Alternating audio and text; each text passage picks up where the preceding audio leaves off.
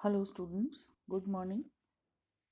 जैसा कि आप स्लाइड पे देख रहे हैं, हम प्रशुल्क वाले चैप्टर को आगे कंटिन्यू करेंगे आज। और इसमें हम जैसे जैसे मैं स्लाइड चेंज कर रही हूँ, आपको याद आ रहा होगा हमने टैरिफ के बारे में पढ़ा, उसके हिस्ट्री के बारे में, उसके टाइप्स के बारे में, कितने प्रकार के टैरिफ्स हो सकते हैं। काफ़ी विस्तार से हमने इन पे डिस्कशन किया था पॉइंट्स पे। और फिर हम आ गए थे आंशिक संतुलन के अंतर्गत प्रशुल्कों का प्रभाव हमें देखना है कि माना एक छोटा देश है और उसका एक कोई छोटा उद्योग है जो अभी अभी प्रतियोगिता में उतरा है, और उसको संरक्षण देने के लिए या उसके प्रोडक्ट को थोड़ा संरक्षित करने के लिए विदेशी प्रतियोगिता में विदेशी माल से बचाने के लिए उसको उस देश के द्वारा कुछ प्रशुल्क लगा दिया जाता है। तो फिर उसके क्या इम्पैक्ट्स आते हैं, और हमने इसकी मान्यताएं देखी। मान्यताएं काफ़ी महत्वपूर्ण होती है किसी भी मॉडल को समझने के लिए, तो उन्हें आप बहुत ध्यान से पढ़िएगा, तब जाके आगे ये चीज़ आपको ज़्यादा समझ आएगी। किंडलबर्गर ने कई किताबों में इनका नाम किंडलबर्गर और कई में किंडलबर्गर लिखा होता है। तो किंडलबर्गर ने 8 प्रभाव इसके गिनाए हैं, और इन आठों को हम बहुत ध्यान से पढ़ेंगे। परीक्षा की दृष्टि से ये बहुत महत्वपूर्ण है। लेकिन इन आठों को समझने के लिए जो ये नेक्स्ट स्लाइड मैंने खोली है, ये जो डायग्राम है वो आप अपनी एक कॉपी पे देख के बना लीजिए आराम से।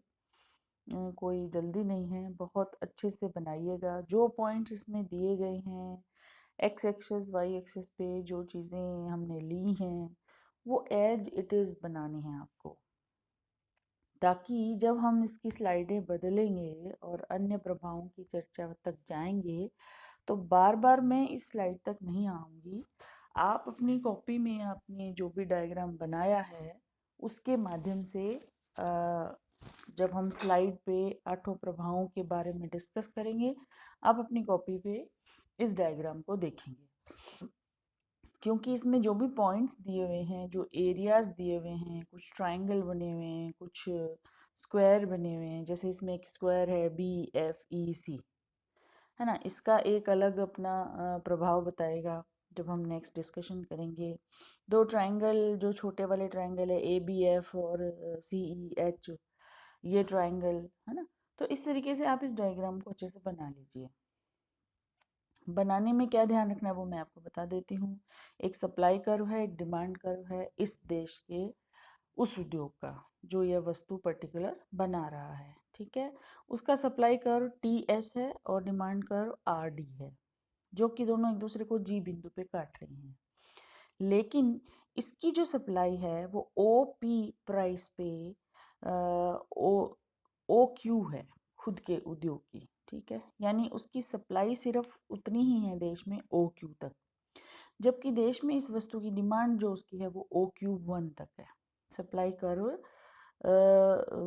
A पर हम देखेंगे OQ मात्रा देश में सप्लाई हो रही है, जबकि डिमांड जो है वो इस देश में उसकी OQ1 है। यानी कि बची हुई जितनी भी मात्रा है QQ1 वो बाहर से मंगा रहा है, जो कि फ्री ट्रेड के अंतर्गत आ रही है। और इस वस्तु पर अभी तक कोई प्रशुल्क इस देश की सरकार ने नहीं लगाया हुआ है। अब माना इस उद्योग को संरक्षित करना है, ये शिशु उद्योग है, अभी उसको प्रतियोगिता की दौड़ में थोड़ा संरक्षित करना है, सीधा नहीं उतारना प्रतियोगिता में, तो ये सरकार इस पे थोड़ा प्रशुल्क लगा देती है।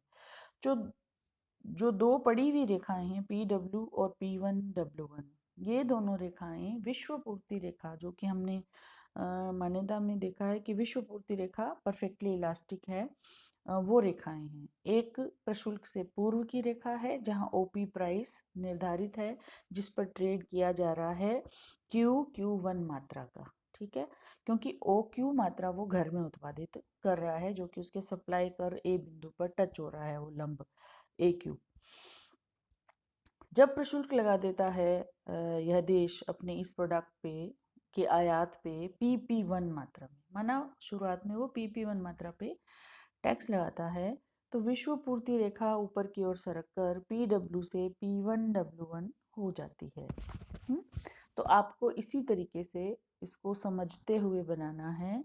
पहले आपने एक डायग्राम की रेखा खींची, एक्स एक्सिस पे डिमांड एंड सप्लाई लिख दिया, वाई एक्स पे प्राइस लिख दिया, डिमांड और सप्लाई कर्व बना दिए।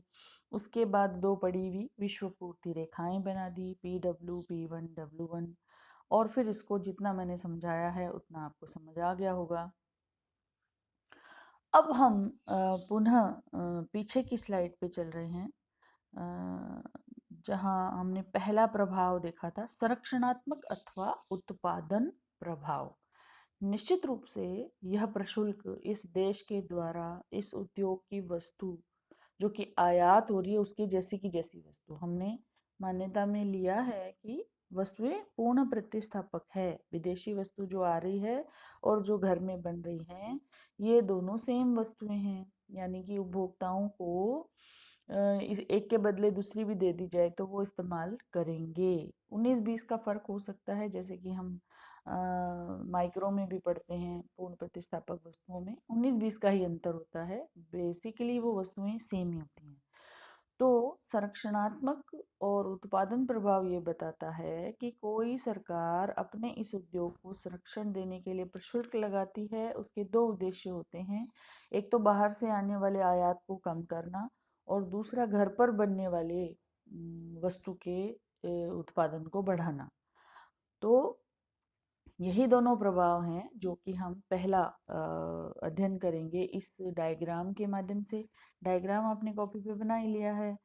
एल्सवर्थ ने इस दोनों प्रभावों के मिश्रित प्रभाव को आयात प्रतिस्थापन प्रभाव भी कहा है, क्योंकि जब हम इस डायग्राम में देखेंगे कि जैसे ही प्रशुल्क लगाया वैसे ही घरेलू उद्योग जो यह वस्तु उत्पादित कर रहा है उसकी सप्लाई तो बढ़ेगी थोड़ी, जैसे कि डायग्राम में दिखाया है कि जैसे ही प्रशुल्क लगाया PP1 मात्रा में वैसे ही आपकी जो घरेलू उद्योग की पूर्ति है वो OQ से बढ़कर OQ3 हो गई, क्योंकि सप्लाई कर्व अब बी बिंदु पर विश्व पूर्ति वक्र जो नया है P1W1 उसको बी बिंदु पे काट रहा है, देश का सप्लाई वक्र, जहां पर उसकी बढ़ी हुई पूर्ति दिखाई जा रही है कि घरेलू उद्योग जो यह वस्तु बना रहा था उसकी सप्लाई अब OQ से बढ़कर OQ3 हो गई है, यानी वो A बिंदु से ऊपर चढ़कर B बिंदु पे आ गया है।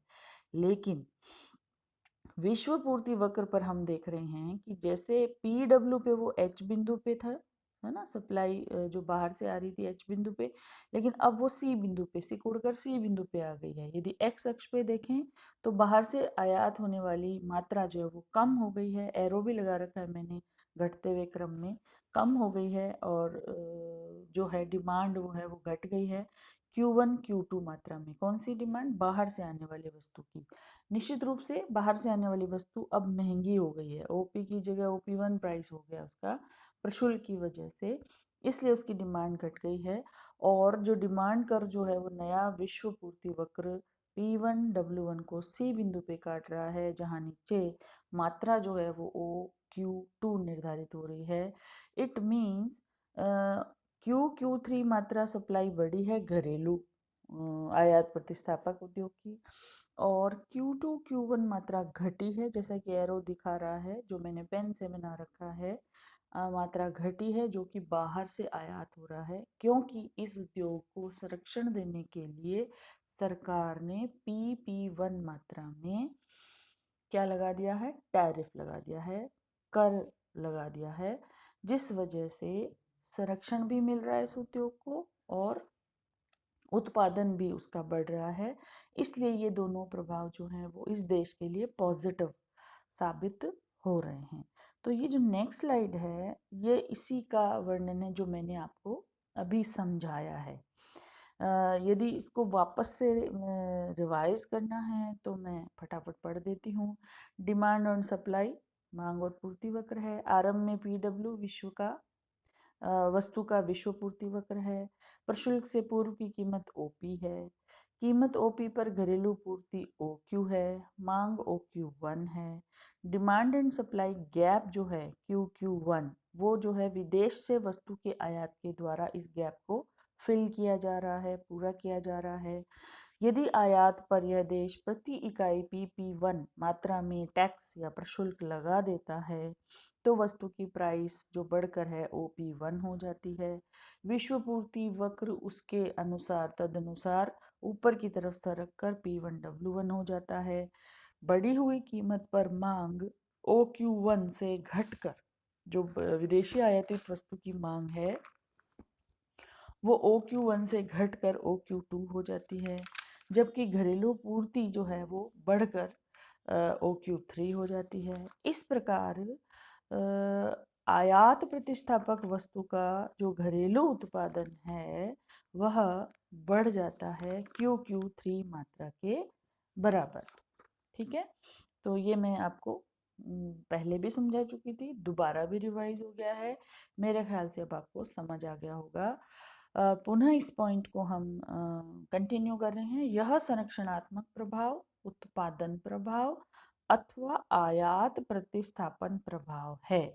घरेलू उत्पादन में वृद्धि के कारण विदेशी उत्पाद की मांग Q1 से घटकर Q2 Q3 हो जाती है। यदि प्रति इकाई प्रशुल्क यह देश PP1 की बजाय PP2 मात्रा में लगाता तो वह G बिंदु पे पहुंच जाता, यानी घरेलू प्रतिस्थापक जो उद्योग है, आयात प्रतिस्थापक उद्योग जो है वो पूरी की पूरी वस्तु बना लेता और विदेश से कोई भी वस्तु मंगाने की आवश्यकता नहीं पड़ती, क्योंकि विदेश वाली वस्तु बहुत ज़्यादा महंगी हो जाती। ऐसे में पूर्णतया घरेलू पूर्ति के द्वारा घरेलू मांग की भरपाई की जाती और आयात जो है वो शून्य हो जाता। ठीक है, जैसा कि आपने कॉपी पे जो डायग्राम बना रखा है आप उस पर ध्यान दीजिए। जैसे जैसे मैं बोल रही हूँ वैसे वैसे अगर आप अपनी कॉपी पे डायग्राम पे ध्यान देंगे तो आपको यह बात समझ आ जाएगी। नेक्स्ट जो है वो है उपभोग प्रभाव।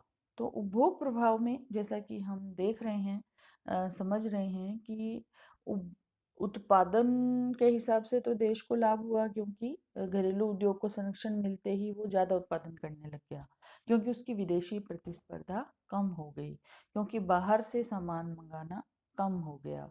ठीक है, लेकिन उपभोक्ता का क्या हुआ? उपभोक्ता को अब विदेशी वस्तु यदि वो ज़्यादा पसंद कर रहा था, प्रायोरिटी उस पे अपनी ज़्यादा रख रहा था, लेकिन अब वो उसको उपभोग करने के लिए कम उपलब्ध होएगी। हालांकि घरेलू वस्तु का उत्पादन बढ़ने से वह वस्तु उसको जरूर उपलब्ध होएगी, लेकिन यदि वो किसी ब्रांड से चिपका हुआ है या उपभोक्ता को वही वस्तु चाहिए तो अब उसको अपने संतुष्टि स्तर में शुद्ध हानि होगी। ठीक है, तो यही उपभोग प्रभाव है।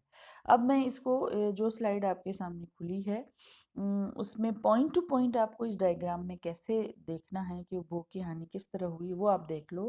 कि एक विशेष वस्तु पर आयात शुल्क लागू करने से उपभोक्ताओं के उपभोग स्तर में और उनकी शुद्ध संतुष्टि स्तर में कमी होती है। रेखा चित्र में मुक्त व्यापार की कीमत जब OP है तो कुल उपभोग OQ1 है, सॉरी QQ1 है। ठीक है, क्योंकि OQ तक तो वस्तु घर में बन रही थी और QQ1 बाहर से आ रही थी, तो कुल उपभोग जो है विदेशी वस्तु का वो QQ1 है, जबकि टोटल उपभोग जो है घरेलू प्लस विदेशी मिला के OQ1 है। ठीक है, इस उपभोग में OQ घरेलू उत्पादित वस्तु का है और QQ1 विदेश में उत्पादित वस्तु का उपभोग शामिल है। ये मैं अभी आपको बता चुकी हूँ। प्रशुल्क लागू करने के बाद जब कीमत बढ़कर OP से OP1 हो जाती है तो उपभोग भी जो है वो घटकर OQ1 से घटकर OQ2 हो जाता है। यानी देखा जाए तो कुल उपभोग में ही कमी हो गई है Q1 Q2 मात्रा के बराबर। समझ आ रहा है आपको? तो इसमें से OQ3 तो घरेलू उत्पादित वस्तु से पूर्ति हो रही है, जबकि Q2 Q3 अब केवल विदेशी उपभोग से पूर्ति हो रही है। Q1 Q2 मात्रा में सीधे सीधे उपभोग की हानि, शुद्ध हानि हो रही है। तो यह प्रशुल्क का आंशिक संतुलन के अंतर्गत क्या है, उपभोग प्रभाव कहलाएगा। उपभोक्ता की संतुष्टि में शुद्ध हानि, यदि हम इस डायग्राम में एरिया वाइज निकालें तो वह एरिया बनेगा पी एच सी P1। इस क्षेत्र के बराबर उपभोक्ता की संतुष्टि में शुद्ध हानि है। किंडलबर्गर ने संरक्षणात्मक और उपभोग प्रभाव, यानी जो पहला और दूसरा दोनों प्रभावों के योग को उसने ट्रेड इफेक्ट कहा है, व्यापार प्रभाव कहा है। छोटे प्रश्न में कई बार परीक्षा में सेक्शन ए में जो 2 नंबर का क्वेश्चन आता है, वहाँ इस प्रकार की कोई चीज आ जाती है, प्रतिस्थापन आयात प्रभाव या आयात प्रतिस्थापन प्रभाव या व्यापार प्रभाव किसे कहते हैं, है ना। तो इन सब चीज़ों को आपको ध्यान में रखना चाहिए कि 2 नंबर का क्वेश्चन किताब में से, सिलेबस में से कहीं से भी कुछ फ्रेज उठाकर आपको दिया जा सकता है। तो इन चीज़ों पर आप फटाफट ध्यान देंगे, इनको अंडरलाइन कर लो। जो भी आप नोट्स बना रहे हो वहाँ कुछ स्टार लगा सकते हो, है ना। कुछ आप ऐसे डिवाइड कर सकते हो कि छोटा क्वेश्चन आने की संभावना है तो वहाँ स्टार लगा दो। यदि कोई बी सेक्शन वाला क्वेश्चन की संभावना है, आप नोट्स बना रहे हो, तो आप अपने नोट्स में पॉइंट जहाँ भी आप डाल रहे हो वहाँ स्टार के अलावा कोई चिन्ह दे दो, टिक दे दो, ये 1 टिक। अगर बहुत ही बड़ा क्वेश्चन की संभावना है, आपको लगता है अपने पेपर भी देखें आता है, तो वहाँ डबल क्लिक टिक लगा दो। तो इस तरीके से आपके जो नोट्स हैं वो बाइफरकेट हो जाएंगे, छोटे क्वेश्चन बड़े क्वेश्चन। आपको बार बार ये लिखने की जरूरत नहीं है छोटा क्वेश्चन बड़ा क्वेश्चन, या आप सेक्शन वाइज उसको संकेत दे दो A B C इस तरीके से। तो आज की क्लास में अभी यहीं ख़त्म कर रही हूँ। नेक्स्ट हम इसमें कंटिन्यू करेंगे, स्लाइड जैसे कि खुली हुई है, राजस्व प्रभाव से ही कंटिन्यू करेंगे। तब तक के लिए आप अपना ये डायग्राम बनाएं। इस तब तक आप ये डायग्राम जो आपने कॉपी में बनाया है इसका अभ्यास करें, इसके सारे पॉइंट्स और इन सबको अच्छे से समझ लें, याद कर लें। परीक्षा की दृष्टि से ये बहुत ही महत्वपूर्ण है। अभी तक हमने 2 प्रभावों पर डिस्कशन किया है। नेक्स्ट क्लास में हम इसको कंटिन्यू करेंगे। तब तक आप पढ़ें और अपना ध्यान रखें।